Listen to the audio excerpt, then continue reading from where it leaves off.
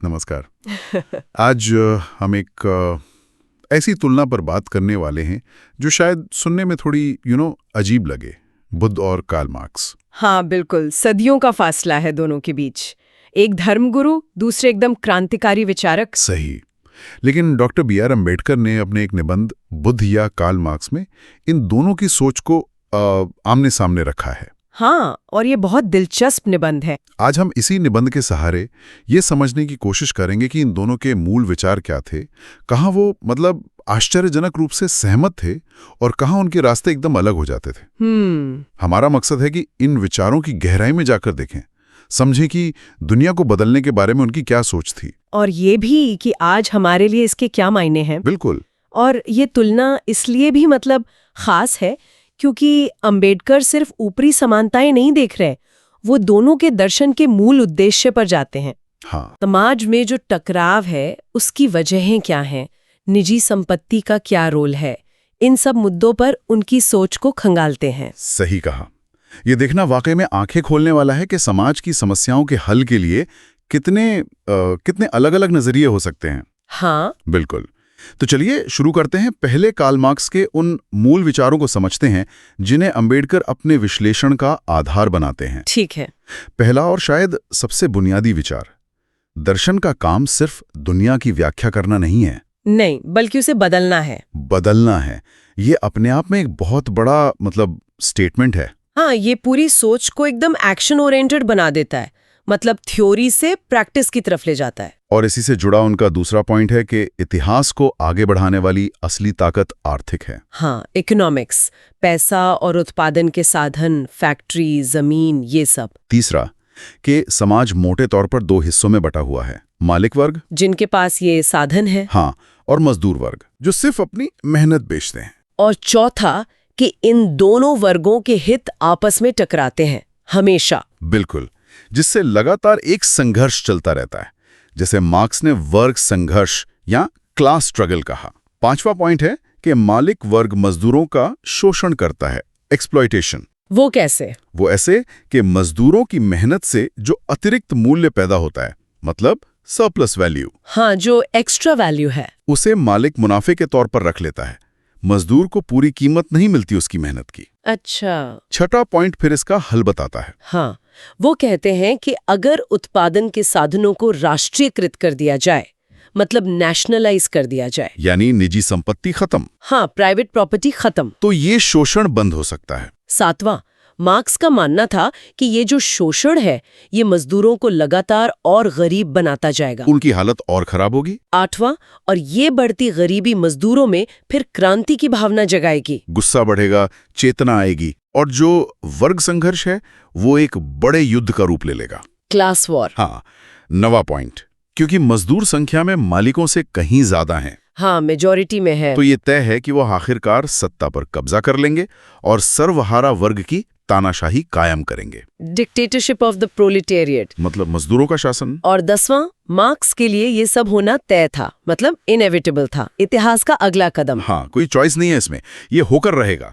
इसीलिए समाजवाद या साम्यवाद उनकी नजर में कोई सपना नहीं था, बल्कि एक वैज्ञानिक सच्चाई थी, हाँ, जो होकर ही रहेगी। तो ये थे मार्क्स के वो 10 मुख्य सिद्धांत जिनका जिक्र अंबेडकर करते हैं। हालांकि अंबेडकर ये भी मानते हैं कि वक्त के साथ मार्क्स की कई भविष्यवाणियां, जैसे समाजवाद का आना तय है या मजदूरों का लगातार गरीब होते जाना, वो पूरी तरह सच साबित नहीं हुई। हाँ, वैसा नहीं हुआ जैसा उन्होंने सोचा था। लेकिन फिर भी वो कहते हैं कि मार्क्स के कुछ विचार आज भी बेहद जरूरी है, प्रासंगिक हैं। हाँ, अंबेडकर के हिसाब से 4 बातें हैं जो आज भी टिकती हैं। पहली वही कि दर्शन का काम दुनिया को बदलना है, सिर्फ सोचना नहीं, एक्शन ओरिएंटेड फिलॉसफी। बिल्कुल। दूसरी कि समाज में अलग अलग वर्गों के हितों में टकराव होता है, ये सच्चाई है, कॉन्फ्लिक्ट ऑफ इंटरेस्ट। हाँ। तीसरी कि निजी संपत्ति एक वर्ग को ताकत देती है और दूसरे के दुख और शोषण का कारण बनती है, पावर और सॉरो। और चौथी, समाज की भलाई के लिए जरूरी है कि निजी संपत्ति खत्म करके इस दुख को मिटाया जाए। ये वो 4 पॉइंट्स हैं जिन्हें अंबेडकर फिर बुद्ध के विचारों से तुलना करने के लिए चुनते। जी हाँ, इन्हीं 4 पर फोकस रहता है उनका। अच्छा, तो ये तो हुई मार्क्स की बात। अब देखते हैं कि अंबेडकर बुद्ध की शिक्षाओं को इसके सामने कैसे रखते हैं, क्योंकि पहली नजर में तो जमीन आसमान का फर्क लगता है ना। हाँ, लगता तो है, पर अंबेडकर दिखाते हैं कि कुछ समानताएं भी हैं, और वो भी बड़ी गहरी। बुद्ध की कौन सी मुख्य बातें अंबेडकर सामने लाते हैं? वो कई शिक्षाएं गिनाते हैं। उनमें से कुछ मुख्य ये हैं। पहली, एक आजाद समाज के लिए धर्म जरूरी है, पर हर धर्म सही नहीं होता, सोच समझकर चुनना चाहिए। अच्छा। दूसरी, धर्म का लेना देना जिंदगी की सच्चाइयों से होना चाहिए, प्रैक्टिकल चीजों से, न कि ईश्वर, आत्मा, स्वर्ग या दुनिया कैसे बनी इन अटकलों से। मतलब जो यहाँ और अभी है उस पर फोकस। बिल्कुल। तीसरा, कि धर्म के केंद्र में इंसान और नैतिकता होनी चाहिए, मोरालिटी, वरना वो सिर्फ अंधविश्वास बनकर रह जाता है। और चौथा, और ये देखिए, ये मार्क्स के साथ एक बड़ी समानता है, धर्म का काम दुनिया को बदलना और उसे सुखी बनाना है, सिर्फ उसकी शुरुआत या अंत की कहानियां सुनाना नहीं। हाँ बिल्कुल, रिकंस्ट्रक्ट करना है वर्ल्ड को। ये तो वाकई दिलचस्प है। और आगे? पांचवा, दुनिया में दुख की असली वजह हितों का टकराव है, वही कॉन्फ्लिक्ट ऑफ इंटरेस्ट। मार्क्स भी यही कह रहे थे, बस शब्द अलग थे। हाँ, और बुद्धा कहते हैं कि इसे मिटाने का एकमात्र तरीका अष्टांग मार्ग पर चलना है, 8-fold पाथ। उसमें आएंगे हम। छठा पॉइंट। फिर वही बात, निजी संपत्ति एक वर्ग को ताकत और दूसरे को दुख देती है। फिर से कॉमन ग्राउंड। हाँ। सातवां, समाज की भलाई इसी में है कि इस दुख को जड़ से, यानी उसके कारण, निजी संपत्ति को हटाकर दूर किया जाए। और सामाजिक बराबरी पर भी उनका जोर था। बिल्कुल। आठवां पॉइंट यह है कि सारे इंसान बराबर हैं, कोई ऊंच नीच नहीं, जन्म से कोई बड़ा छोटा नहीं। नौवां, हाँ, कि इंसान की पहचान उसके जन्म से नहीं, उसकी काबिलियत उसके गुणों से होती है, मेरिट। दसवां, मैत्री, यानी सबके लिए भाईचारा, प्रेम, यहाँ तक कि दुश्मन के लिए भी, इसे कभी नहीं छोड़ना चाहिए। 11वां, सबको सीखने का हक है, लर्निंग सबके लिए है, लेकिन बिना अच्छे चरित्र के सीखना खतरनाक हो सकता है। Knowledge without character is dangerous. ये भी बड़ी गहरी बात है। हाँ। 12वां पॉइंट यह है कि कुछ भी अंतिम सत्य या हमेशा के लिए मानने लायक नहीं है, मतलब कोई डॉगमा नहीं। सब कुछ जांच परख की कसौटी पर कसा जाना चाहिए। बिल्कुल। 13वां, कुछ भी स्थायी नहीं है, सब कुछ बदलता रहता है, अनित्यता, इम्पर्मनेंस। और 14वां, युद्ध गलत है सिवाय तब जब वो सत्य और न्याय के लिए लड़ा जा रहा हो, जस्ट वॉर। कमाल है। 2500 साल पुरानी बातें हैं ये, लेकिन आज भी सुने तो लगता है कितनी ताजा हैं। हाँ, नैतिकता, सामाजिक न्याय, व्यक्तिगत विकास, लगता है सब कुछ कवर किया है उन्होंने। हाँ। अब आता है सबसे दिलचस्प हिस्सा, अंबेडकर इन दोनों में समानताएं कहाँ देखते हैं। हाँ, ये वाकई चौंकाने वाला है। पहली और शायद सबसे अहम बात, दर्शन का मकसद क्या होना चाहिए, फिलॉसफी का पर्पस। दोनों मानते थे कि फिलॉसफी का काम दुनिया को बदलना है, रिकंस्ट्रक्ट करना है, ना कि सिर्फ ये बताना कि दुनिया कैसे बनी। ओरिजिन समझाना नहीं, रिकंस्ट्रक्ट करना। हाँ, अंबेडकर इसके लिए पोथपाद सूत का उदाहरण देते हैं। उसमें बुद्ध उन सवालों पर, मेटाफिजिकल सवालों पर बात करने से मना कर देते हैं जिनका संबंध सीधे सीधे दुख मिटाने से नहीं है। जैसे दुनिया हमेशा रहेगी या नहीं, आत्मा और शरीर एक हैं या अलग। हाँ, वो कहते हैं इन बातों से कोई फायदा नहीं है, ये बहसें निर्वाण तक नहीं ले जाती। हमारा काम है दुख कैसे खत्म हो, इस पर ध्यान देना। तो दोनों का फोकस प्रैक्टिकल बदलाव पर था। ये पहली समानता हुई। दूसरी है संघर्ष की मौजूदगी को मानना, कॉन्फ्लिक्ट। हाँ, मार्क्स ने इसे साफ साफ वर्ग संघर्ष कहा। बुद्ध ने भी अपने शब्दों में समाज में टकराव को माना। अंबेडकर कोसल के राजा पसेंदी का जिक्र करते हैं। हाँ, राजा बुद्ध से कहते हैं कि राजाओं में झगड़े होते हैं, ब्राह्मणों में झगड़े होते हैं, गृहस्थों में, यहाँ तक कि माँ बेटे, बाप बेटे, भाई बहन में भी झगड़े होते हैं। और बुद्ध इस बात को नकारते नहीं है। नहीं, वो मानते हैं कि ये हितों का टकराव ही दुख की जड़ है और इसे अष्टांग मार्ग से सुलझाना है। अच्छा, और तीसरा पॉइंट जो शायद सबसे ज्यादा चौंकाता है, निजी संपत्ति का सवाल। हाँ, प्राइवेट प्रॉपर्टी। दोनों इसे समस्याओं की जड़ मानते थे। मार्क्स के लिए तो ये सीधे सीधे शोषण का जरिया था। हाँ, एक्सप्लॉयटेशन का बेसिस। बुद्ध के लिए क्या था ये? बुद्ध के अनुसार निजी संपत्ति दुख और लालच पैदा करती है।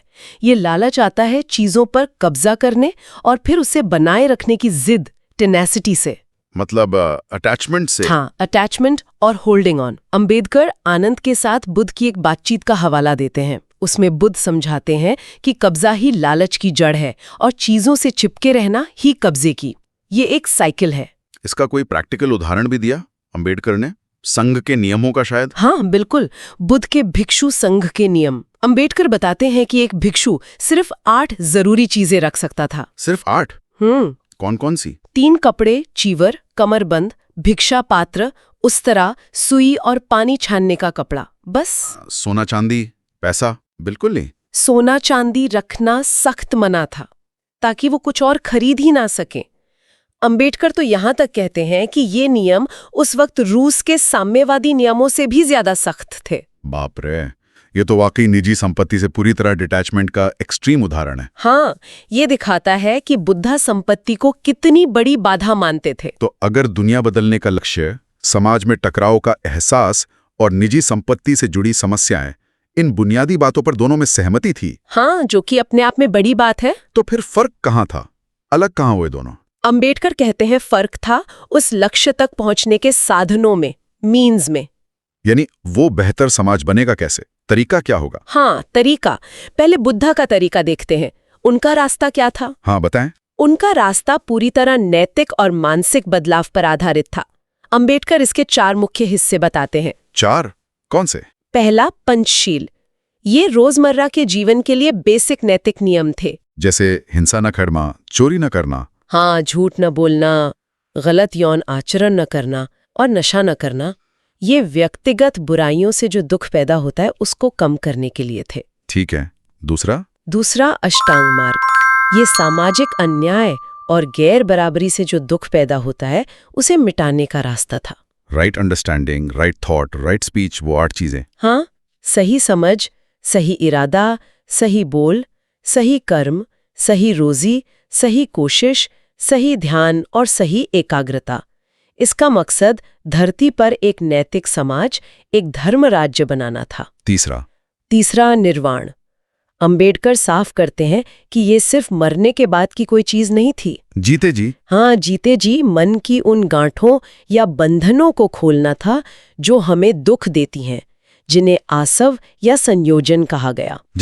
जैसे खुद से मोह, शक, रस्मों रिवाजों पर अंधा भरोसा, शारीरिक इच्छाएं, नफरत, घमंड, अज्ञान वगैरह।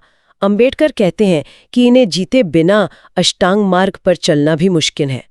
मन साफ होना चाहिए पहले। और चौथा हिस्सा? चौथा, पारमिताएं। ये 10 गुण थे, जैसे बुद्धि, प्रज्ञा, नैतिकताशील, त्याग, नैष्काम्य, दान, हिम्मत, वीर्य, धीरज, शांति, सच्चाई, सत्य, दृढ़ता, अधिष्ठान, प्रेम, मैत्ता, संभाव, उपेक्षा। इनका अभ्यास करके उनमें माहिर होना था। तो पूरा फोकस इंडिविजुअल ट्रांसफॉर्मेशन पे था। हाँ, समझने, अभ्यास करने और खुद पर काबू पाने से धीरे धीरे बदलाव लाने का रास्ता था ये। स्वैच्छिक, वॉलंटरी। और मार्क्स का रास्ता? स्रोत के मुताबिक वो क्या था? अंबेडकर के अनुसार मार्क्स का रास्ता ज्यादा सीधा था, क्रांतिकारी था और बल पर आधारित था। फोर्स? हाँ। उसके 2 मुख्य बिंदु थे। पहला, मौजूदा पूंजीवादी व्यवस्था को उखाड़ने के लिए हिंसा का इस्तेमाल जरूरी है। Violence is necessary. रिवॉल्यूशन के लिए? हाँ। दूसरा, नई समाजवादी व्यवस्था कायम रखने और क्रांति को बचाने के लिए मजदूर वर्ग की तानाशाही जरूरी है, डिक्टेटरशिप। ये 2 मुख्य हथियार थे साम्यवाद लाने के लिए। अंबेडकर के सारांश के अनुसार हाँ। अंबेडकर इन दोनों रास्तों का मूल्यांकन कैसे करते हैं, खासकर ये हिंसा और तानाशाही को लेकर? ये तो बहुत कंट्रोवर्शियल चीजें हैं। हाँ, ये बहुत दिलचस्प है कि अंबेडकर इसे कैसे देखते हैं। हिंसा पर वो कहते हैं कि सिर्फ हिंसा शब्द सुनकर डर जाना ठीक नहीं। अच्छा। वो पूछते हैं, क्या सरकारें हिंसा नहीं करती? कातिल को फांसी देना, युद्ध लड़ना, ये भी तो हिंसा है। हाँ, स्टेट भी तो फोर्स यूज करता है। बिल्कुल। अंबेडकर तर्क देते हैं कि अगर देश के दुश्मन को, जो बाहर से हमला करता है, उसे मारा जा सकता है, तो संपत्ति के मालिक को क्यों नहीं मारा जा सकता, जिसकी वजह से लाखों लोग अंदर ही अंदर दुखी हैं, शोषित हैं। वो निजी संपत्ति को एक तरह से आंतरिक दुश्मन की तरह देख रहे हैं। हाँ, वो कहते हैं कि निजी संपत्ति कोई पवित्र गाय नहीं है जिसकी पूजा की जाए। अगर वो दुख का कारण है तो उसे हटाना होगा। तो क्या अंबेडकर हिंसा को पूरी तरह जायज ठहरा रहे थे बुद्ध के संदर्भ में? नहीं, यहाँ वो फर्क करते हैं। वो ये भी साफ करते हैं कि बुद्ध पूरी तरह अहिंसक, जैसे महावीर थे, नहीं थे। बुद्ध न्याय के लिए थे, जस्टिस के लिए। ओके। अगर न्याय के लिए बल जरूरी हो तो उसकी इजाजत थी। अंबेडकर सेनापति सिंह के साथ बुद्ध की बातचीत का उदाहरण देते हैं। उसमें क्या हुआ था? सेनापति सिंह, जो एक सैनिक थे, बुद्ध से पूछते हैं कि क्या उन्हें अपना पेशा छोड़ देना चाहिए। बुद्ध कहते हैं नहीं। वो कहते हैं कि अपराधी को सजा देना या सत्य और न्याय के लिए लड़ना ये हिंसा नहीं, ये जरूरत है। मतलब बुराई से लड़ना जरूरी है। हाँ, बुद्ध कहते हैं कि अगर शांति के सारे रास्ते बंद हो जाएं और कोई युद्ध थोप दे तो दोष उसी का है जो युद्ध शुरू करता है। बुराई के सामने झुकना नहीं चाहिए। लेकिन फिर बुद्ध और मार्क्स में फर्क क्या हुआ हिंसा को लेकर, अगर दोनों जरूरत पड़ने पर बल प्रयोग को मान रहे हैं? अंबेडकर यहाँ जॉन ड्यूई का हवाला देकर एक बारीक फर्क बताते हैं। फर्क है बल, फोर्स को ऊर्जा, एनर्जी की तरह इस्तेमाल करने और उसे हिंसा, वायलेंस की तरह इस्तेमाल करने में। Force as energy versus force as violence. हाँ, हिंसा सिर्फ बल प्रयोग नहीं है, वो दूसरे जरूरी मूल्यों को भी नष्ट कर देती है, जैसे संवाद, समझ, करुणा। अंबेडकर का इशारा है कि बुद्ध बल को शायद जरूरत पड़ने पर ऊर्जा की तरह इस्तेमाल करने की बात करते थे, जबकि साम्यवादियों ने हिंसा को क्रांति का एक अनिवार्य सिद्धांत बना लिया। बुद्ध इसके खिलाफ थे। अच्छा, और तानाशाही के बारे में अंबेडकर क्या कहते हैं? डिक्टेटरशिप और प्रोलेटेरिएट। यहाँ अंबेडकर का कंट्रास्ट बहुत शार्प है। वो बुद्ध के लोकतंत्र और बराबरी के उसूलों पर जोर देते हैं। बुद्ध डेमोक्रेटिक थे? बहुत ज्यादा। अंबेडकर बताते हैं कि बुद्ध खुद एक गणराज्य शाक्यों में पैदा हुए थे। उन्हें वैशाली गणराज्य, जो एक और रिपब्लिक था, बहुत पसंद था। और उनका संघ, भिक्षुओं का संगठन? वो तो पूरी तरह लोकतांत्रिक था। अंबेडकर कहते हैं कि उसका संविधान एकदम डेमोक्रेटिक था। सारे फैसले बहुमत से होते थे। बुद्ध खुद को भिक्षुओं में से एक मानते थे, कभी नेता या तानाशाह नहीं बने। उन्होंने अपना उत्तराधिकारी भी नियुक्त नहीं किया था? नहीं। 2 बार लोगों ने उन्हें संघ का प्रमुख बनाने की कोशिश की, पर उन्होंने मना कर दिया। कहा कि धम्म, नैतिक नियम ही सबसे ऊपर है, वही गाइड करेगा। ये दिलचस्प है। और एक और उदाहरण अंबेडकर देते हैं। जब उनकी मौसी महाप्रजापति गौतमी, जिन्होंने उन्हें पाला था, उन्होंने बुद्ध को निजी तौर पर एक कीमती कपड़ा भेंट करना चाहा। हाँ। बुद्ध ने लेने से मना कर दिया। कहा कि ये भेंट पूरे संघ के लिए होनी चाहिए, किसी एक व्यक्ति के लिए नहीं। ये बराबरी का भाव दिखाता है। ये तो मार्क्स की सर्वहारा की तानाशाही वाली सोच से एकदम उल्टा है। बिल्कुल उल्टा। भले ही मार्क्सवादी कहें कि ये तानाशाही अस्थायी है, ट्रांजिशनल है। हाँ, वो कहते हैं कि क्रांति को बचाने और स्थायी करने के लिए ये जरूरी है। लेकिन अंबेडकर सवाल उठाते हैं कि इस प्रक्रिया में आप आजादी जैसी बुनियादी चीज खो देते हैं, खासकर सवाल पूछने और आलोचना करने की आजादी। वहां तो सिर्फ हुक्म मानने का फर्ज रह जाता है। हाँ, duty to obey, not right to criticise. ये बुद्ध के सिद्धांतों से मेल नहीं खाता। तो फिर स्थायी बदलाव आएगा कैसे? किसके तरीके ज्यादा कारगर हैं? कौन सा रास्ता लंबा चलेगा? अंबेडकर यहाँ एडमंड बर्क का जिक्र करते हैं। बर्क ने कहा था, बल का प्रयोग ज्यादा देर तक नहीं चल सकता। Force is temporary. क्यों? क्योंकि वो दबा तो सकता है, पर समस्या को जड़ से खत्म नहीं करता। जिस पर बार बार जोर जबरदस्ती करनी पड़े, वो असल में शासित नहीं है, वो सिर्फ दबा हुआ है। और अगर बल फेल हो गया तो फिर समझौते का कोई रास्ता नहीं बचता। You can't reconcile after force fails। इसी बात को समझाने के लिए अंबेडकर एक लंबी कहानी सुनाते हैं, वो राजा दिण्मे वाली। हाँ, स्ट्रॉन्ग टायर की कहानी। ये दिग्ग निकाय से है। कहानी ये है कि जब तक राजा और उसके बाद के कई राजा धम्म यानी नैतिक नियम, जिसे कहानी में एरियन ड्यूटी कहा गया, के हिसाब से राज करते थे। मतलब सबका ख्याल रखते थे, खासकर गरीबों का। उन्हें जरूरत का सामान देते थे, सलाह देते थे। तब तक राज फलता फूलता रहा और एक स्वर्गीय पहिया, डिवाइन व्हील, उनके साथ घूमता था, जो धम्म के पालन का प्रतीक था। अच्छा, फिर क्या हुआ? फिर एक राजा आया जिसने इस नैतिक रास्ते को छोड़ दिया। उसने अपने बाप दादा से नहीं पूछा कि राज कैसे चलाना है, अपनी मर्जी से चलाया। उसने गरीबों को अनदेखा कर दिया, उन्हें दान देना बंद कर दिया। नतीजा ये हुआ कि राज्य में गरीबी बढ़ी तो चोरी बढ़ी। तो राजा ने क्या किया? राजा ने सजा देना शुरू कर दिया, बल का प्रयोग। चोरी करने वालों को पकड़ा, मारा पीटा, जेल में डाला। लेकिन क्या इससे चोरी रुकी? नहीं। अंबेडकर दिखाते हैं कि यहीं से गिरावट का चक्कर, विशेष साइकिल शुरू हुआ।